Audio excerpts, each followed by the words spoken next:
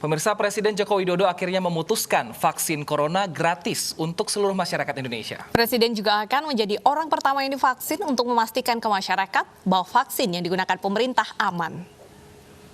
Hari ini saya ingin menyampaikan perkembangan vaksin COVID-19. Jadi, setelah menerima banyak masukan dari masyarakat dan setelah melakukan kalkulasi ulang, melakukan perhitungan ulang mengenai keuangan negara, dapat saya sampaikan bahwa vaksin COVID-19 untuk masyarakat adalah gratis. Sekali lagi, gratis, tidak dikenakan biaya sama sekali. Saya juga ingin tegaskan lagi, nanti saya yang akan menjadi penerima pertama di vaksin pertama kali. Hal ini untuk memberikan kepercayaan dan keyakinan kepada masyarakat bahwa vaksin yang digunakan aman.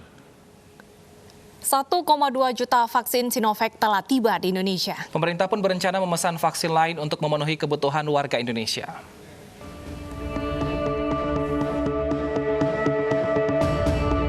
Kementerian BUMN terus berupaya mengurangi dampak COVID-19 terhadap masyarakat. Salah satunya adalah dengan mendatangkan vaksin. 1,2 juta vaksin sudah tiba di Indonesia. Selain itu, pemerintah juga sedang berkomunikasi dengan perusahaan vaksin AstraZeneca, Moderna, Pfizer and BioNTech, dan Sinovac Biotech. Vaksin-vaksin yang diproduksi dari berbagai negara ini memiliki efikasi berbeda. Untuk AstraZeneca dari Inggris, tingkat efikasi atau kemanjuran mencapai 90% dengan harga per dosis mencapai $4 Amerika Serikat. Sementara vaksin Moderna dari Amerika Serikat dengan harga 25 sampai $37 Amerika Serikat, tingkat kemajurannya 94,1%. Pfizer and BioNTech memiliki tingkat kemanjuran 95% dengan harga $20 Amerika Serikat per dosis. Vaksin dari Rusia Gamaleya Sputnik V harganya $10 per dosis dengan tingkat efikasi 91,4%. Sementara dua vaksin dari Cina Sinopharm memiliki efikasi 86% dan Sinovac Biotech masih menunggu uji klinis fase ketiga. Saat ini pemerintah telah memesan sekitar 155,5 juta dosis vaksin. Di antaranya vaksin Sinovac dari Cina dan vaksin Novavax dari Maryland, Amerika Serikat.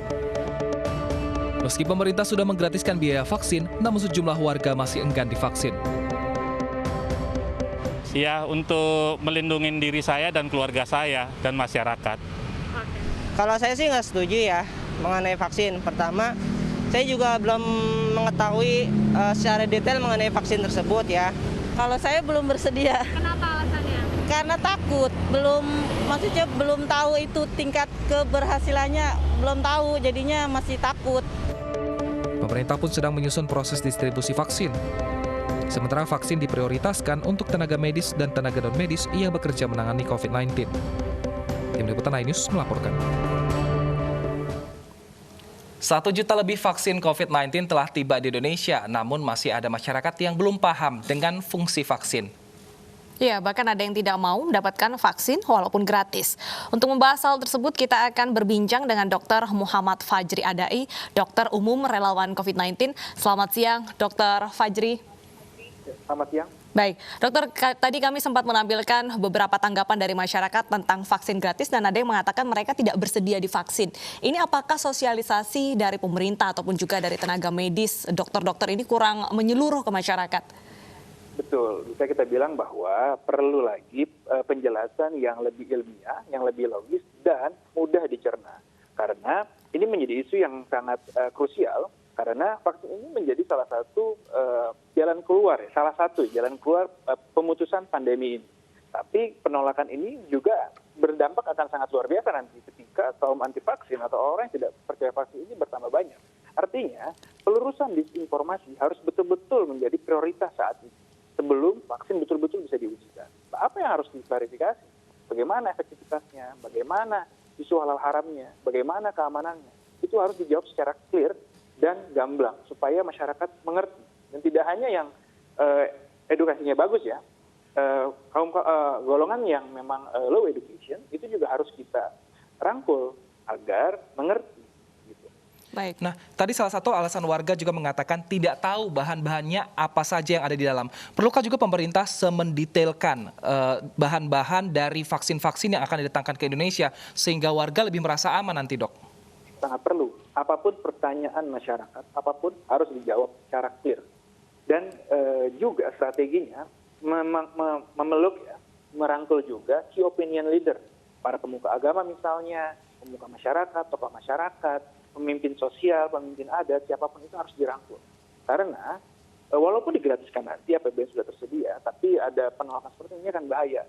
Seperti waktu itu ada polio ya, terjadi contoh ya pada vaksin polio ada penolakan waktu itu kan di daerah Jawa Barat. Ketika dunia sudah mulai eradikasi, terjadi outbreak lagi kan di salah satu daerah kalau nggak salah ya, Banten kalau nggak salah. Pokoknya ada di daerah begitu. Nah, jangan sampai ada golongan-golongan yang menolak karena ini menjadi problem nanti. Padahal pandemi mungkin saja bisa selesai. Baik. Baik, Dr. Fajri, yang akan menerima vaksinnya adalah golongan usia 18 hingga 59 tahun. Dalam arti tidak semua masyarakat akan divaksin. Nah, apakah nanti ini cukup efektif? Apalagi usia lansia kan tergolong yang sangat mudah terpapar oleh COVID-19. Semua ini memang butuh proses. Sejauh ini penelitian dilakukan oleh Sinovac dan di Bandung ya dan Bio Farma itu memang melibatkan betul hanya usia produktif, kemudian yang sehat. Masih banyak pertanyaan yang belum kita tahu, seperti lansia, orang-orang dengan komorbid, orang-orang pasca terinfeksi COVID, begitu, orang dengan hamil, anak-anak, memang belum kita ketahui.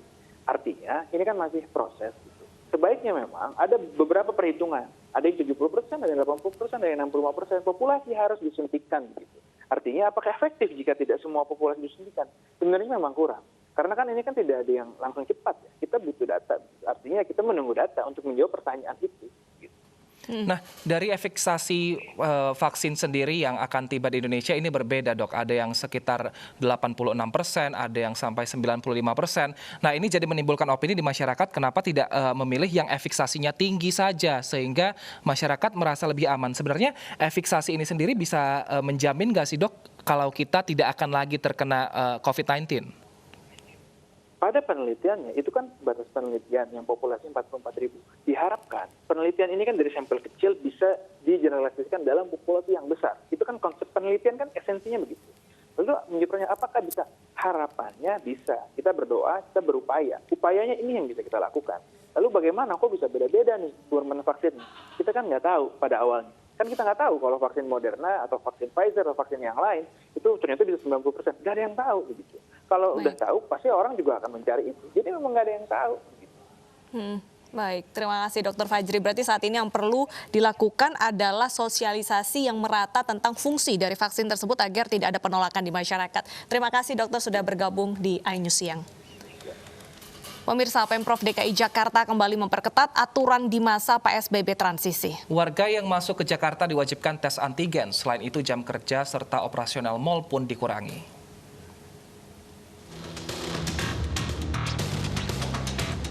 Sejumlah aturan mengenai pembatasan sosial berskala besar kembali diperketat, mulai dari kuota work from home yang diperbesar dari 50 menjadi 75%.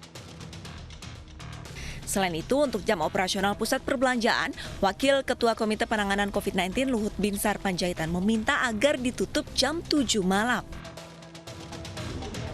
Namun Pemprov DKI Jakarta masih akan mengkaji jam operasional mal dan akan diumumkan di masa pergantian PSBB transisi. Ya, sejauh ini semuanya sudah kita batasi. Jamnya kita batasi, jumlahnya kita batasi, unit-unit yang dibuka juga kita batasi. Terkait permintaan Pak Luhut agar semua perlu ada evaluasi, perlu ada pengetatan, kita sedang melakukan kajian yang sekarang kan sudah kita berlakukan PSBB transisi sampai tanggal 22. Nanti setelah tanggal 22 kita akan kaji, kita akan umumkan wilayah-wilayah mana, unit-unit mana yang perlu ada pengetatan. Mulai tanggal 18 Desember, warga yang keluar masuk DKI Jakarta harus membawa hasil rapid test antigen. Kebijakan ini berlaku untuk seluruh warga, baik naik angkutan umum di jalur darat, angkutan laut, dan udara. Dari Jakarta, Bunga Ayu, Zulkifli, Bagas Ainis melaporkan. Data pada hari Rabu sore 16 Desember 2020 ada 31 orang yang meninggal karena COVID-19 dalam waktu yang berdekatan. Para petugas pemulasaran jenazah kewalahan, petugas mengimbau warga untuk menerapkan protokol kesehatan.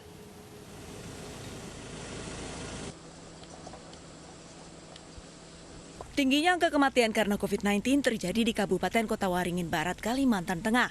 Dalam satu hari, 31 pasien COVID-19 meninggal dunia dan harus dimakamkan sesuai prosedur pemakaman COVID-19. Tak hanya itu, jumlah kematian pasien COVID-19 juga terus mengalami kenaikan dalam satu pekan terakhir. Hal ini membuat petugas di kamar jenazah Rumah Sakit Sultan Imanuddin Pangkalan Bun kewalahan. Bilang capek, cukup capek sekali kami. Cukup capek sekali, ya. Tapi kami merasa happy aja. Mengerjakan ini happy, sesuai dengan profesional kerjanya. Tetap kami semangat dan kami tidak mundur dalam pelaksanaan itu. Data dari tim gugus tugas COVID-19 di Kabupaten Kota Waringin Barat, per Rabu 16 Desember 2020 tercatat ada 1.718 orang terkonfirmasi positif COVID-19. 31 meninggal, 848 orang dirawat di sejumlah rumah sakit, sementara 839 orang sembuh. Dari Pangkalan Bun, Kalimantan Tengah, Sigit Pamungkas, Ainis melaporkan.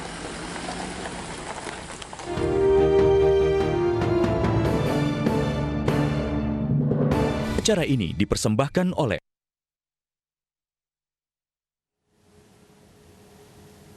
Mengaku tak punya modal untuk pulang kampung, seorang pemuda di Balikpapan nekat berenang menggunakan galon air. Kami akan kembali usai jeda dengan informasi selengkapnya.